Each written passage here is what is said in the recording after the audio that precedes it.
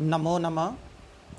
मैं राजेंद्र कुमार सुथार इस कक्षा में ऑनलाइन क्लास में आपका फिर से हार्दिक स्वागत करता हूं। हम याज्ञवल्क्य स्मृति के दाय भाग प्रकरण का 8वां श्लोक का अध्ययन हेतु उपस्थित हो रहे हैं।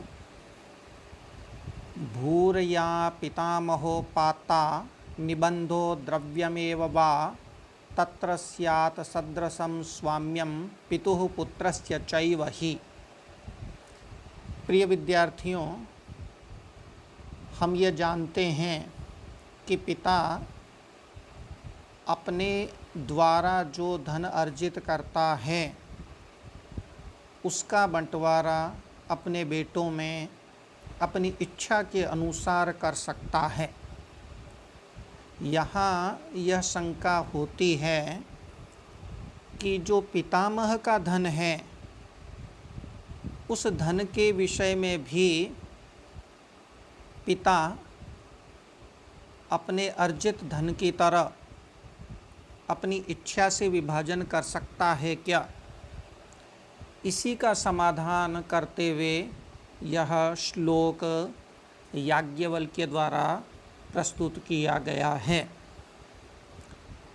तो कहते हैं पितामह के धन के विषय में, दादा के धन के विषय में, भूर्या पितामहोपात्ता। पितामहोपात्ता, पितामह के द्वारा प्राप्त, या भूः, जो भूमि है, भूमि का मतलब खेत इत्यादि से है, तो पितामहोपात्ता, पितामह के द्वारा, दादा के द्वारा उपात्ता, उपात्त यानी प्राप्त, या भू, जो भूमि है, जो खेत इत्यादि हैं। इसके अलावा निबंधो द्रव्यमेव वा, अथवा, वा का मतलब अथवा, निबंध हो। प्रिय विद्यार्थियों, निबंध शर्तनामे को कहते हैं, इकरारनामे को कहते हैं, एक तरह से प्रतिज्ञा पत्र को कहते हैं, जिसमें दो पक्ष किसी विषय पर पूर्णतया सहमत होते हैं और इस इकरारनामे के द्वारा, इस शर्तनामे के द्वारा जब कोई विशेष आय अर्जित की जाती है तो उसका नाम निबंध है।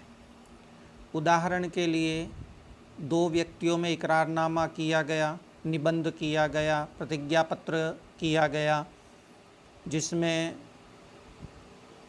किसी एक के द्वारा कुछ लिया जाता है, किसी एक के द्वारा कुछ दिया जाता है। तो देने वाले को यदि कुछ निश्चित रकम की प्राप्ति होती है, धन की प्राप्ति होती है, तो वह निबंध कहलाता है, इकरारनामा कहलाता है।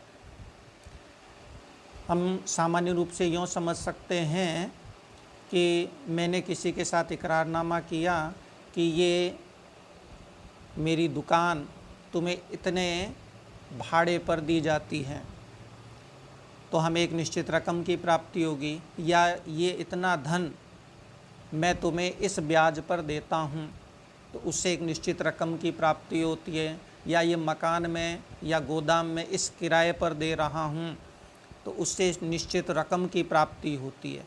तो जहाँ इकरारनामे के द्वारा एक निश्चित रकम, आय, इनकम की प्राप्ति होती है, उसे निबंध कहा गया है। द्रव्यम एव वा, अथवा कोई द्रव्य हो, सोना, चांदी इत्यादि, तो पितामह के द्वारा उपात्त किया गया, दादा के द्वारा प्राप्त किया गया, चाहे भू हो, खेत हो, निबंध हो, शर्तनामा हो जिससे निश्चित रकम की प्राप्ति हो, या कोई द्रव्य हो, सोना, चांदी इत्यादि हो, उसमें दादा के बेटे और उसके पुत्र का क्या हिस्सा होगा? तो बता रहे हैं, तत्र स्यात् सदृशं स्वाम्यम पितुः पुत्रस्य चैव हि।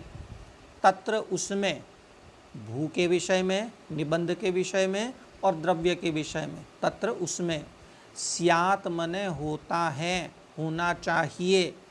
सदृशम स्वाम्यम, समान रूप से स्वाम्यम, स्वामित्व, अधिकार, हिस्सा वो समान रूप से होता है। किसका? पितुः पुत्रस्य चैव ही, पिता का यानी दादा के बेटे का, पुत्रस्य च और पुत्र का यानी उस पिता के पुत्र का यानी पोते का। तो दादा की जो संपत्ति है उसमें उसके बेटे और उसके पोते का सदृशम स्वाम्यम स्यात्, समान रूप से स्वामित्व होता है, समान रूप से अधिकार हुआ करता है। उसमें पिता की इच्छा के अनुसार अपने द्वारा अर्जित धन में जैसे इच्छा होती है कि उस तरह से वो विभाजन करे, ऐसा नहीं होता। दोनों में समान रूप से हिस्सेदारी होती है। अस्तु, नमो नमः, पुनर्मिलामः।